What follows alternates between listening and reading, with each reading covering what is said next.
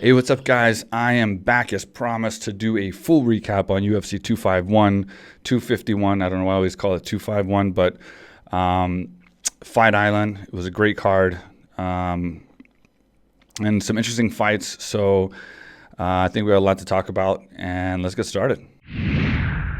All right, for the first match, we had a bout between Amanda Ribas versus Paige VanZant, women's flyweight 125.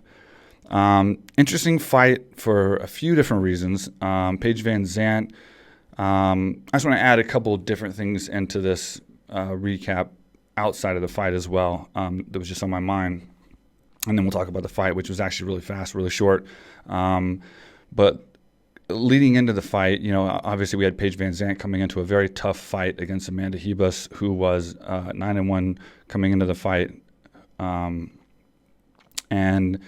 There was a lot of media attention on Paige VanZant, kind of talking about wanting more money, and that kind of stole the press for this fight for her. There was more articles and talk about her wanting more money and shaming the UFC and Dana White versus getting ready for this fight and being focused on the fight. I don't know how much that took a toll on her as far as her attention, being more concerned about getting more money instead of being concerned about just trying to train hard and win a fight. But I definitely think that it caused a lot of pressure when it came fight time because, when you're coming in at 8-4 and you're wanting more money and you in my perspective, seeing guys that are like, Masvidal and Jones and these other guys that have been kind of doing the same thing, but their records and who they've beat, and most of the people that's had these issues were champions or former champions, big records, big fights. I feel like it was a bad play on her part, if for no other reason, just mentally before she came into this fight, because I think when you walk out there and you've pissed off your boss, and you've basically, to some degree, you shamed your organization and their whether it's right or wrong or whatever the case, that's beside the point. I think that puts a lot of pressure on you to perform and do absolutely amazing. And I think that's what you have to do if you're not going to take some kind of retribution for her. If somebody comes after me or comes after my company, I'm going to be upset about it, whether I'm right or wrong. So I feel like that may have played a big part in this. And I think this is kind of where talking bad about your pay and wanting more and putting a lot of value in yourself, instead of focusing on just being the better fighter, training harder, winning the big fights, and then worrying about that, turned out to be a really bad thing. And Paige went out there, she fought. It wasn't a good fight. Amanda Ribas controlled the fight from the beginning. She had great clinch work, fast takedown. She had like a head choke, or it was a choke, but it was like a schoolyard choke, but it worked well. Paige tried to get out. She tried to transition. She tried to do what she could from bottom. Amanda did a great job of transitioning into back control. She then took an arm and went for an arm bar, got the arm bar. I think the final time was 2 minutes and just a little bit over. So not good for Paige. Very good for Amanda. And, I think it couldn't happen to a better person to get an opportunity like that and to have won and now improved to 10-1. And she was very humble, very appreciative to the UFC and to everybody, to the fans. And she was very emotional. And, you got to stand behind someone like that. I think it was, I was happy to see her win. So good for her. And she's definitely moving up in the rankings now. All right, so the next fight was Jéssica Andrade versus Rose Namajunas. Always been a big Rose fan. She always brings it. She's a very smart fighter, very calculated. She listens, she stays composed, and there was no exceptions to this fight. She did exactly that. It was a rematch, so there's always interesting variables when you have a rematch, you know what I mean? Especially when you're down one, you want to come back, you want to win, especially what was on the line the first time, and now, there's not a championship on the line, but you still want to get that win back. So I had Rose doing really well in the first round. She was finding a home for her punches, unanswered, very good jab, very good striking. Jéssica couldn't avoid them. I think the speed, the timing was perfect. She was moving well. She wasn't rushing anything. She was very composed. She was very relaxed. Jéssica Andrade, you could tell, was getting frustrated and trying to find a way to counter and come through, but Rose just wasn't giving her any options. And Rose, I think, clearly dominated round one, outstriking Jéssica. Round number two, pretty much along the same lines. Again, just continuing to find a home for those punches. Very good speed. Jéssica tried to pick it up a little bit, get a little bit more aggressive in this round, but I think she missed the majority of that. And Rose took round two clearly. I don't think there's anyone that would dispute that. So rounds 1 and 2 for Rose. Interesting to note, in between the rounds of round 2 and round 3, Jessica's corner was heard saying to her that she won both rounds. And I think I think it was bad, but I disagree with that. Even if it was 1-1, I don't think you should ever. I don't think you should ever tell your fighter they're ahead, except in very rare situations, for very rare specific reasons that would be strategically important to the rest of the fight. In this situation, I don't think it was good. I don't think you should tell a losing fighter who's down 2 rounds, she's up 2 rounds. I don't see an upside to that. Fighters typically don't fight harder if they think they won the fight, especially in a 3-round fight. If you think you won 2 rounds, usually that means you have to be finished in order to lose. And you don't want that mindset going in. You pretty much always want your fighter to be fighting to win, to finish, and to be fighting as if every round is depending on the outcome of the fight. On the other hand, you have Whitman and Barry in Rose's corner, who I thought gave excellent advice, and they were telling her to keep the pressure, keep the punches, and doing exactly what she was doing. And it was great advice, but it was what she was already doing, because obviously they had already told her to do that, and she just continued to do it. So I think that was the key to victory for her.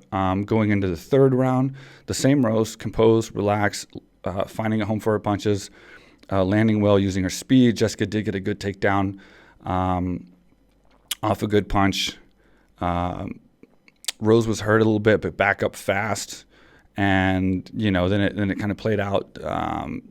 She reversed quickly, and it got back to the feet. And I don't think it was that significant. It was that made the fight, or that round, close. I could still almost give that round to Rose, even though the takedown. But I can totally understand her losing that round. I don't agree with a split decision. I don't agree with a judge saying, one of the judges saying Rose lost that entire fight. That I can't wrap my head around. So the result of the fight was Rose won via split decision. I don't agree with that. I think she won unanimously.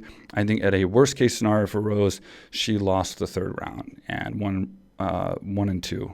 And even in losing the 3rd round, it would have been a technical loss, not like the tide was turning and she was starting to get beat and she was getting hurt. And, if it was a 4 or 5 round fight, she could have lost. It was more of a technical loss at best if she did lose that 3rd round. And that's my opinion on that. But a very impressive fight. Both girls fought hard. You can tell they both had a lot to gain and prove. And I think Rose had the most because she needed that win, considering it was a rematch, and she did it. So I'm happy for her, and I look forward to seeing her again. Okay, for the 3rd match, we had Petr Yan versus José Aldo. José Aldo, I should say. I'm sorry. I'm old school too. I should be calling him José Aldo. But good fight, very, very good fight. And I didn't make a prediction on this fight. I only made a prediction of the main event, which we'll get to that in a minute.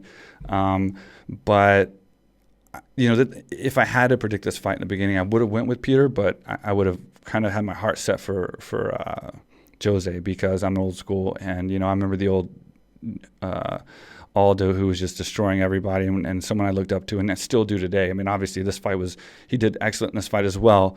But Petr Yan is just another beast. He's just that new generation coming in. I think he's 27 years old. José's getting a little bit older.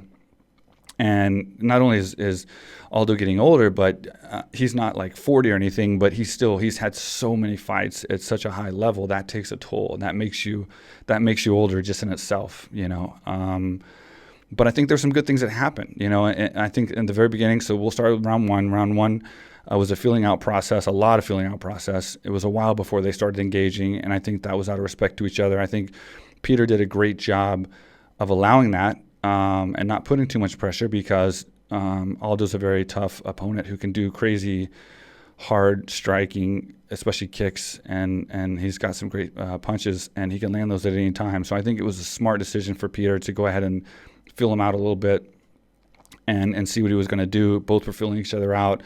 And then Aldo came in with some kicks, started doing his traditional leg kicks that are just absolutely brutal. One of them swept Jan, knocked him down. Another thing I wondered when I saw this. Okay, so obviously when he kicked the leg, it was kind of a sweep. So it's kind of a takedown, but it's also, we've seen kicks where it knocks the stability of the opponent because it's so hard that they fall. And the question I've always kind of had was, you know, you get hit in the head and you get knocked down. It counts as a knockdown. It's a significant part of the round that you lose. But from a kick, I wonder how they judge kicks.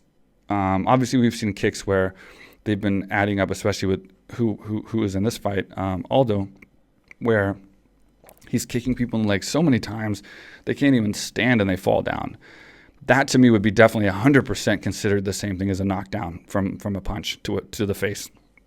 I don't know about the difference of getting kicked, like in this fight where he kicked Jan. Obviously, he wasn't like rocked, but he did land a significant blow that took him off of his feet. So I wonder how they look at that and how they gauge that, because I think there's a lot of people who's been knocked down from punches that weren't out and weren't, you know, incoherent, but it still, you know, took them off their feet. So I don't know if they're basing this knockdown being a significant part of a fight, being immobilizing somebody for a second, a standing person to putting them on the ground, like a takedown, for instance, or if it's the damage taken, and they consider taking a punch to the face where you get rocked a lot more damaging than a kick. Nonetheless, I got sidetracked. He did kick Jan, knocked Jan down from a kick. It was more of a sweep, but it was a very good kick. You know, Jose's got some great kicks, and he implements them very, very well. I think, you know, it went back and forth in round one, but I give it to Jan. I think Jan took round one. He came back strong. They're both landing big shots. It was a great round. Round two, I think Jose opened up a little bit more and started coming back. And we saw kind of some reminiscence of the old Jose Aldo coming in and landing big strikes and, you know, just everything that he's got. I mean, he's got everything. And in my opinion, Aldo took round two. Round three, I think Petr Yan started picking it up. And another thing, I think Petr Yan kind of took, I don't think he took round two off, but he was definitely a lot slower and more defensive. And so that was making me wonder if maybe he was declining. Wasn't the case. He didn't decline. He came back in round three, did very good. Jose started out with hard kicks, hard punches again, as usual. Actually started the round really well, but it was just too much. Jan was trying to fire back, missing his mark a little bit. Started looking tired and slow, but he ended strong. And I think the ending is what really secured that round for him. So I give that round to Jan. So we have Jan 2 rounds, Aldo 1 going into the fourth. Big round for Jan going into the fourth. Big strikes, takedown, just overall impressive round. Pretty one-sided. Jan takes that round, shows why he's kind of that next generation coming up. Round 5 was just a continuation of that, which was not good for Aldo. Completely one-sided. Gets him down, is punching him. And I want to mention this about the stoppage. You can say it was a good stoppage because he stopped it before he could have, I guess. Jose wasn't out or anything, but in my opinion, it was a bad stoppage because I think it should have been stopped before. You're talking about a guy who's, you know, on the ground, covering up, taking a lot of punishment. The fight was not going his way. There was no way in my mind I could see Aldo coming back from that, from just a little bit in of Jan landing those ground and pound strikes. And then we had to just continue to watch it for a little bit longer than I think we should have before they stopped it. Again, he did stop it sooner than I've seen a lot of other refs stop fights, so thankfully he did do that. But when you consider the amount of damage someone like Aldo's taking, when you in your mind, like me in my mind, if I was the ref, I would have known he's not going to come back from that. He's not going to get up and knock out Jan at this stage. He's not going to get up and he's hurt. He's covered up. You know, he doesn't want to tap. He's got pride like fighters do. He doesn't want to give up. So he has to just take this punishment. This punishment lasts. You know, it's killing brain cells and it's causing permanent damage. And so I think it's very crucial that when you see something like that, you stop it. And if the fighter doesn't like it, so be it. You know, we were seeing a decline in Aldo well before this happened. So, I mean, he had plenty of time to make the fight more competitive and when he was on the ground to get up and fight back and give a harder fight, or harder, I guess, defense against these ground and pound strikes, and it didn't happen. So I'm gonna go ahead and say that it was a late stoppage. I think it should have been stopped a little bit sooner. It was unfortunate to see Aldo lose. You know, I love the guy. I've been watching him for a long time. Big fan of his. But Petr Yan is just the real deal. I mean, he's just a tough guy. And I think he's going to be the future of the division. So he's off to good things. And I do want to say, too, that, you know, I could sit here and say Jose Aldo can fight another high-level competitive fight and win, for sure, and be confident about it. There's plenty of people out there that's fighting that's doing really well that I think Jose Aldo could beat. That being said, I just don't want to see it. I don't want to see him fight anymore. I would like to see him out of care. I would like to see him retire. If not now, soon, and move on, just because I don't want to see him take this kind of punishment again. He's a guy who's done so much for the sport. He's a legend. He's an icon. He's someone I look up to so much. I hate seeing fighters when they get to a stage and they're having to fight these young guys that are coming up that have everything going for them. You know, so much of an advantage in different areas of their youth and their training and their experience and the length of time they've been training in a variety of places. Where Jose grew up in Brazil, training mostly in Brazil. These guys are training all over the world now. You know, it's like the sport is so big now. Your training partners, you know, they're training with so many different great guys. Guys that are coming in now are just so much more at a different level. And so, yeah, I hope the best for him. And I hope he either gets a fight where it's more competitive and he doesn't take a lot of damage, or that he moves on. And I hate saying that. You know, I know fighters make their living by fighting, and that's how they get paid. But I hope that he has other opportunities and can pursue them and kind of move on from this. It's just what my heart says. All right, so the next fight, Alexander Volkanovski versus Max Holloway. Another great fight. Just such a champion-level fight this was. And a fight that I want to say, as I mentioned earlier, mentality in a fight and where you feel you are in a fight can definitely play a role, and I think that's what happened in this fight. You know, we saw Alexander, he came out good. Both fighters came out really good. Max Holloway and Alexander felt each other out for a while. Actually, it was about 2 minutes in until I think they started really mixing it up. It was a pretty long filling out process. You know, Alexander was aggressive. Holloway was defensive and trying to land the strikes, using his reach. He had a massive, I think it was the first round, he had a really good head kick, dropped down Alexander. I think that was a significant part of round one, and that gave him round one. So I think Max definitely clearly won round one, no questions asked. Then between rounds, Max Holloway shushed Anik. I don't know why. I guess at the end he was talking about something about Zoom training or something, but I don't know if he was talking about his commentary. And it's interesting to note that when these guys fight, and they're fighting in, you know, the Apex, or I guess Fight Island, which was kind of set up similar to the Apex. you can probably hear the commentators quite well. I could never hear the commentators ever when I fought, and I never heard them. I heard my corner, and I could hear my other corner, but I wasn't. It's weird when you're a fighter, but you're kind of in tune to your corner's voice. It's just weird. So like depending on where you're at in the fight, you could be at any part of the octagon, and so you might be right next to your opponent's corner. And I have heard them before, but for the most part, no matter where I was in the octagon, I always heard Bob Cook's voice or Javier, whoever my corner was at the time that was screaming at me. But I think in this situation, it's kind of weird. It adds a different dynamic when you can hear the commentators. And I've had situations in the past where I didn't agree with the commentators when they were calling my fights. And I had times when they were overly positive about my fight and maybe too positive, giving me too much credit. So I've had both things happen. And it makes me wonder how I would react to that during the fight.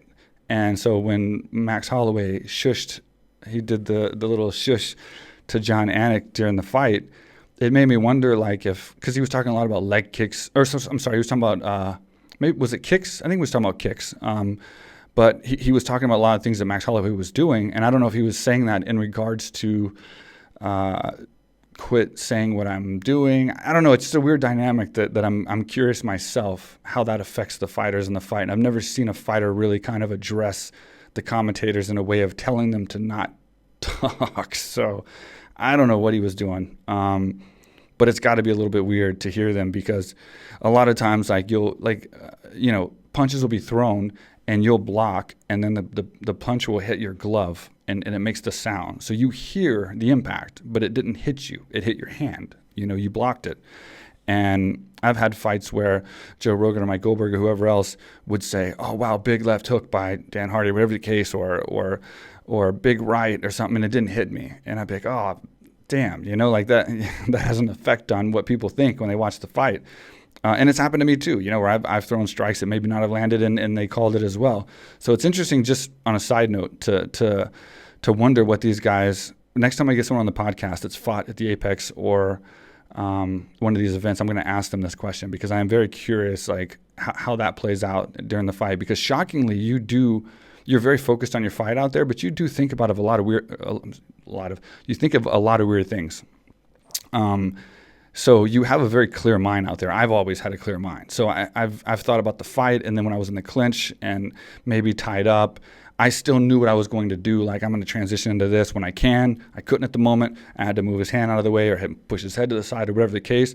But during that time, I would often look over and, like, think about something that was going on that I saw outside the octagon or somewhere else or whatever. So I can just imagine what it's like to actually hear the commentators, hear the corners, at the same time, and be hearing that so loud while you're out there fighting, and it's affecting your fight because they're saying everything you're doing and what you might do and what you could do, and then your opponents what they should be doing. And I don't know. I'm going to find out. So stay tuned, subscribe, because we're going to get this answered and we're going to figure it out. But anyway, so I think Max took round 2 as well.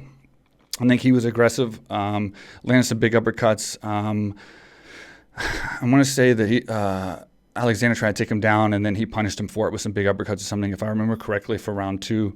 Round 3 was the close round. I think Max had the pressure. That's the round. I think round 3 was when Alexander went for the takedown, and then Max followed up with a knee afterwards. So it was kind of back and forth in that round. It was very close. I think I gave that round to Max still, even though it was very close. So now I had Max 3 up. Even though Alexander was pushing the pace and doing well, Max was just utilizing his reach and his timing and his distance and his speed, and I think he was just doing a better job overall. Round number 4, same thing started happening, but as far as Max, he was putting the pressure, and he was trying to get off his punches, but I noticed he was easing back a little bit, and this is what I don't know what was said in between the rounds. I don't know if he thought he'd won the first 3 rounds, but it seems like he was starting to ease off a little bit of the gas, and I think at one point, definitely by round 5, maybe in round 4, he started putting his hands down even and doing that whole thing. And I feel like he was kind of throwing the fight away, assuming that he won. And that may have turned out to be a big problem and the reason that he did end up ultimately losing the fight. So yeah, that Alexander came strong, was landing big things. Then he ended with a nice takedown, and I don't know what else to say. Like I feel like 3 rounds to 2, I feel like Max should have won, depending on how that third round went. But he clearly slowed down in those last couple rounds, and Alexander pushed forward harder. And so that's why I always say the end of the fight is last impressions are the most important when it comes to fighting. It's not first impressions. You can completely dominate in the first round, second round. I've seen fights where 2 rounds are won clearly, and then a really bad third round, not even a 10-8, but the judges still give it to the guy, the fighter that did dominate in the third round. And that's just the way it is. So always have to fight through to the very end. And for that reason, Max Holloway lost via split decision, I think it was again. And that sucks for him, but good for Alexander. So Alexander's very happy, and now he's a defending champion, and he'll probably have another fight. I think he's got a bright future. I definitely do. I think Max Holloway will be back too. I don't think he's going anywhere. I think he's going to be just fine. I just wish he had kept doing exactly what he did in the first and second throughout the whole fight. I think he would have been okay. I think that would be my input. But, so there's that one. What's up, everybody? I am here in Thailand. This is the first time I've ever been here. Been dying to come here for years. The great Mike Swick, he's one of the big reasons he's been trying to pull me down here. What he built down here, AKA Thailand, is incredible. There's people here from all over the world.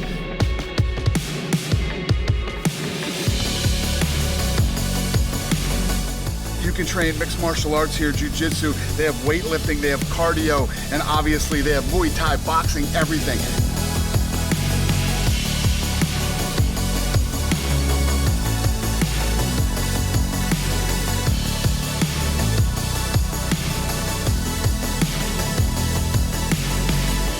I'm telling you guys, I know everybody wants to go to Thailand because Thailand's so cool, but you can't come to Thailand without coming to AKA Thailand. Come on.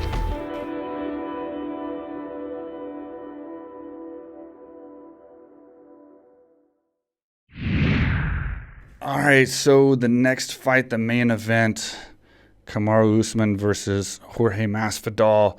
This is where I was supposed to say, I told you so. Jorge Masvidal won the fight. However, that is not what happened.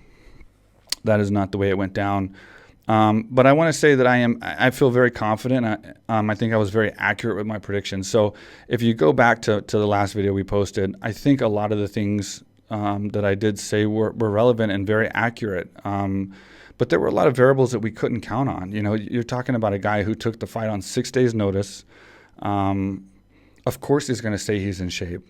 Of course he's going to say he's training hard. Of course he's going to say, that the travel's not an issue, the COVID test is not an issue. But the reality is, like in my prediction, I didn't, all I said was Dustin Poirier said that he helped him train for his fight camp and that he sparred every round with Dustin Poirier and he was still in the gym.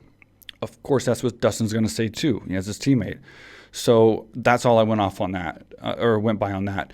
My prediction was based on just his previous fights, what he's done and where he's at today. And I think he proved that. I think, we saw the first round, Masvidal was very aggressive and he was very unorthodox with his striking. And he even did that switch left again that he did on Till. He was landing things. And I think throughout the fight, we saw that when he was landing those strikes, Usman didn't like it. We saw Usman run away a couple times and back off a couple times. He does not like combinations, and I still think that's a big hole in Usman's game. Is someone who's going to land and then continue to land. He doesn't like it. Now, can they knock him out? Time will tell. But I think that was where I thought Masvidal was going to be able to maximize his potential in that fight. And I think having a full fight camp, being more ready, not taking the fight on 6 days' notice, would have enabled him to do those things a little bit better. Would it have been enough to beat someone like Usman? I don't know. But it would have been what we saw in the first round for longer. And I think what we saw in the first round we liked as far as action goes.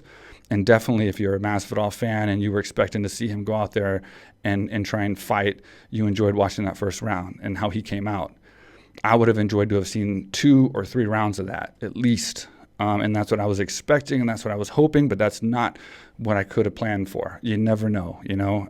He's got a big fight. Of course, Masvidal is going to take it. And it's a lot of money, you know, it's a big fight, it's for a championship. Of course he's going to take it no matter how good a shape he's in. I think he was still in shape and I'm not trying to make excuses for him. I think he was in good shape and I think he was training. I'm not saying that's the reason he lost. I just feel like he could have done better if he didn't get tired and if Usman didn't play the game plan that he did. And that's credit to Usman. I think Usman did a fantastic job. You know, I'm not biased to Masvidal. I've never even met Masvidal. If I did, it was just in passing. So I'm not like his friend or training partner or anything. I just picked him because looking at what he's been doing, where he's at, his mindset, and all this stuff, I made my prediction, and I still stand by it. But what we saw was him get a little bit tired, and that is completely understandable at 6 days' notice on a championship level against a guy who is probably one of the most diehard mental strong training guys out there. I mean, we've seen him never get tired and push so hard and grind so hard. And he talks about his mental fortitude all the time, about how hard he trains and about that's why no one can beat me. So you have to believe the guys in the gym training crazy, crazy hard. So Masvidal put himself up against a really, really tough test for 6 days' notice. And I want to credit Usman on that. I'd rather see a fight. You know, and when Masvidal has had those big fights like Nate Diaz, you know, and many countless other fights of his 49 now previous fights, they fought, you know, it was like a fight. And me, I'm a little more biased towards fighters than I am wrestlers and guys who just grind and try to get the win that way because I myself am a fighter too. You know, I want to go out there and I want to fight. I understand there's wrestling involved. I understand that you have to get takedowns and go for submissions and there's all aspects of fighting. But I just hate from my career, I just hate when fighters would take me down and just hold me, and that would be how they thought fighting should be.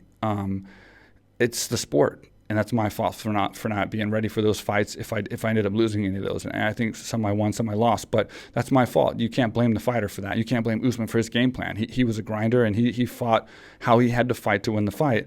But he also didn't land any significant punches that were going to knock Masvidal out. He had a hard time taking him down, which again showed how proficient Masvidal is against takedowns, how good his takedown defense is, and how good his clinch work is. He did really good in the clinch when he was strong, and in the beginning when he had cardio. And then as his cardio went, you know, he obviously got weaker, which Usman still didn't throw him around, didn't completely ragdoll him. He did get him to the ground. You know, he did get the takedowns. But when he took him to the ground, Masvidal did a great job of tying him up. You know, he didn't take much damage. The blood that was coming out of Masvidal's face was from 2 headbutts. So he didn't even land a strong enough elbow to cut him that I know of, that I saw and that the commentators saw. We didn't see that. We didn't see any punches rock him. We didn't see any of the punishment that Usman promised that he was going to deliver because, as I said in my prediction, I think he couldn't have really prepared for from what sounded to me like he couldn't have prepared for what Masvidal was going to bring, because Masvidal is way better on the ground, way better takedown defense, way better clinch than what most people believe. And I think Usman was one of those, and obviously so, because otherwise Usman would have landed a lot more, and he would have done what he said, and he would have smashed him out on the ground and beat him, finished him. Even BJJ, he did a good job. He was in mount position, Masvidal, and got out of that. He transitioned well. You know, I mean, he did well with what he could. Usman didn't go for submissions. He didn't go for a knockout blow. He didn't seem to try to finish the fight at any point. He wanted to just grind him out and get the win. Hats off to him. I mean, that's the game. And you're going to think I'm biased on this because I'm negative to that type of fighting, but I'm not a news journalist. You know, I'm not out here trying to be a sports analyst or anything, or some kind of like news commentator or anything. I'm just me, and so I can only give you my personal opinion, my insight as my experience being a fighter and what it's like. And I think obviously when fighters give breakdowns, recaps, and podcasts in general about fighting, they have something that no one else has, including the fans and the journalists and the reporters, because they've been in there and we've all fought. So we have our opinions. And I think that is what separates us. So I don't want to take away from that. And I want to hold true to that, not try to be some biased reporter that doesn't share how I truly feel about things. And I think that it was probably really frustrating to have to be in that position where you got held down. And I think that when you see someone like Masvidal being the star that he is, and he's got a bigger following, and now obviously he's even bigger because of this fight than the champion. That's a big reason, because when these guys try to just hold you down and they grind, traditionally in history, they haven't become the most popular fighters. So it's kind of a give or take. Can he maintain his championship and be a champion and beat most of the people in the division, if not all of them at this stage? Maybe. And maybe that's his goal. Is he going to be the star that people are going to line up to watch because he's going to be crushing people, knocking them out? It depends. I mean, it depends on who he's fighting. If he's fighting a guy that's not like Masvidal, maybe he can get a knockout, and maybe he can get some other ways to win a fight. But I just wasn't a fan of this fight because I wanted it to be exciting. I mean, I was a fan of the fight as far as before and during and up until the very end, but I just now am not as satisfied, I guess, with the fight because I wanted it to be exciting. I wanted them to go out there and go to blows, and I wanted to see Usman tested more on being a fighter and taking blows and giving blows and then mixing it up and going for submissions and trying to finish it on the ground and working just a more wider range of options. But you know what? He did what he did, and he won. He's strong. He's dominant. He's got great cardio. He obviously has a great work ethic. And to his credit, he had to change up his game plan. Now, I want to say, too, from experience, I've trained with champions my whole life. My entire team was champions. I just not me. But, I trained alongside Cain Velasquez and Luke Rockhold and Josh Thompson and Daniel Cormier and Khabib and all the champions we had at AKA. So I know how champions train, and I train with them for their whole careers, or a lot of their careers. And it's not as hard for a champion to change opponents as it is for someone coming into a championship fight like that, like Masvidal did on 6 days' notice, to fight a beast like him and to be prepared for that. A champion has to be ready for anybody at any time, and they have to train hard anytime. Does the game plan change when you fight, or when you're scheduled to fight someone like Gilbert Burns, and that changes over to Masvidal? Absolutely. But you got to be ready for that. And when you're training, you can't spend 3 months training for one person only. You have to still train for other aspects because that makes you one-dimensional, right? You have to grow as a fighter. So at AKA, what we've always done was when you had an opponent, yes, you train specifically for their strengths, but you're still always training for the other strengths that they might not even possess, because you got to stay strong and you got to be ready for that next bout. And if you train only for one opponent with just certain specifics, and then you get a new opponent next, you got to start over, and you're only going to have 2 or 3 months to train for that opponent. Whereas if you had to kind of train for everything for the first opponent, you're a little bit more well-rounded, a little bit more ready. So I think it was less of a big deal for him to change opponents, having a full fight camp, having a fight date, having an opponent change and all that, than it was for Masvidal. So there were a lot of variables that were just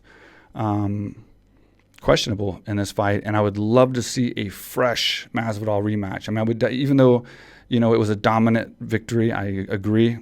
Usman dominated him. He did win.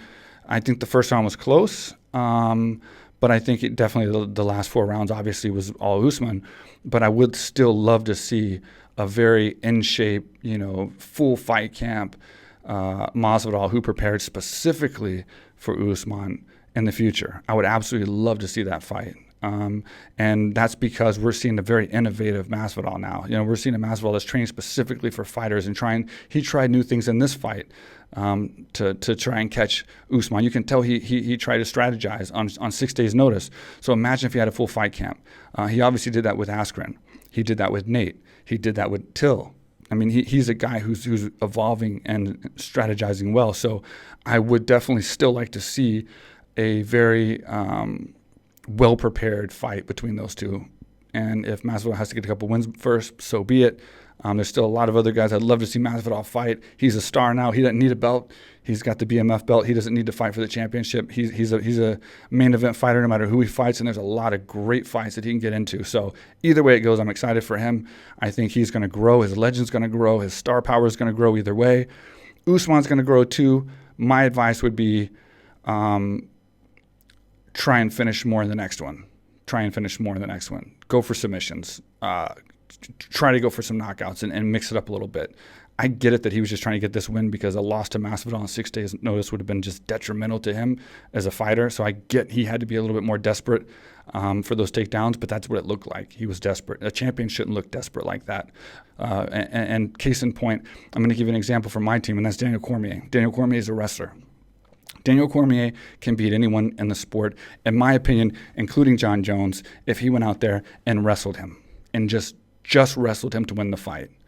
I've said this many times. I believe it wholeheartedly. I think Daniel Cormier would have never been beat by any opponent in any fight that he's ever had he stuck to his wrestling and had the Usman style of, I'm going to do what it takes to win the fight. Daniel's not that way, however. Daniel's a fighter, and he wants to fight, and he goes out there to fight, which is why he's so popular, why he's as famous as he is, and why he's one of the best that's ever done it. And he wants to beat people with their own game. He's fighting Stipe coming up, and can he go out there and beat Stipe in a wrestling match and especially in a 25-foot cage and make it, I would say, somewhat look easy? Yes, I 100% agree with that. But I also agree that he's probably not going to do that, and he's going to go out there and fight, and especially since he knocked him out once before. So that's going to change everything. And Stipe is a beast. He is one of the best heavyweights of all time, and you can't give him anything. But, I give mad respect to Daniel Cormier, and I think he's made a fabulous career for himself and established himself as a legend. He's a two-division champion, pound for pound, one of the greatest to ever do it. And I think the reason is because he went out there and he was a true fighter and went for everything and always took advantage of any opportunity. And so I think that's the path I think Usman should follow if he wants that same greatness. That's all my advice is. I'm not a champion. I had my chances and I blew them. So I can't sit here and say I'm trying to tell him what to do. But I'm saying that's, from my experience, that is the advice I would have for him to gain what he probably wants, which is popularity, fame, and fortune. I mean, obviously we've seen from all these contract situations with the UFC, the fighters that are the biggest draws make the most money. And Masvidal's not a champion, and he's probably not going to be a champion for a while. If he's ever a champion, he's going to make a hell of a lot of money. Nate Diaz made a hell of a lot of money. Brock Lesnar, even when he wasn't a champion, made a lot of money. It's star power, it's the guys that go out there and fight and do good. So anyway, I rambled on a lot. I'm sorry, guys. I'm really sorry, man. This is just, I was pumped about the fight, and I'm excited for the UFC. And I just want to say that I greatly appreciate the UFC for not stopping. I just made a post recently to Dana and to the UFC, just to hell yeah, basically on pushing forward and making these fights go, not stopping because of the pandemic. People ask all the time, what makes people great? What makes businesses great? Why is this business so much better than this one and such and such? And it's like, this is why. This is why. Because they don't stop. They don't take no for an answer. They just go. And to get hit with the virus, I'm a businessman. I have a business in Phuket. And to get hit with a virus like this, a pandemic that just absolutely shuts down the world, it's depressing. And I've seen so many people give up and quit and just stop and wait and just assume things are going to hopefully work out, or if they don't, it's out of their hands. But to see the UFC go into absolute overdrive and build an entire infrastructure in Abu Dhabi on Yas Island and do the Apex, that is what everyone should look at and take inspiration from and understand now why this company went from $2 million to $4 billion. There's a reason, and this is the driving force. The guys like Dana have been doing this for years, and And I'm happy that they put this fight on. I'm happy to be a fan now. Yeah, I'm happy to be able to say I fought for the UFC. I had my 15 fights. It's great to look back and say I used to do that. And yeah, I'm excited to see it keep going and keep growing. And when the pandemic's over, I'm sure there's going to be more and more things happening. And now that they're with WME and the entertainment side's coming in and they're doing more entertainment-based stuff, I think it's going to be incredible. So anyway, not just hats off to the fighters for having amazing fights tonight. Everyone did very good. I thought I was impressed with everyone that went out there and fought and put it on the line and gave a good performance, but also wanted to give hats off to the UFC for the entire team, staff, everyone that's involved and took part in making this event happen. As a fan, I appreciate it. And I'm grateful to see the sport growing. I'm glad to have had a part of it, and I'm glad through this podcast to continue having a part of it and be able to talk about it and talk to great people and talk about great fights. So anyway, that's my breakdown. I probably lost you like 10 minutes ago. Let's be real. If you're still here right now, you're probably subscribed, and I appreciate you so much. But thank you. I got some big podcasts coming up. And for those of you that didn't listen to all this rambling, you're going to miss this. But I actually have Anthony Pettis coming up. He's one of my next guests.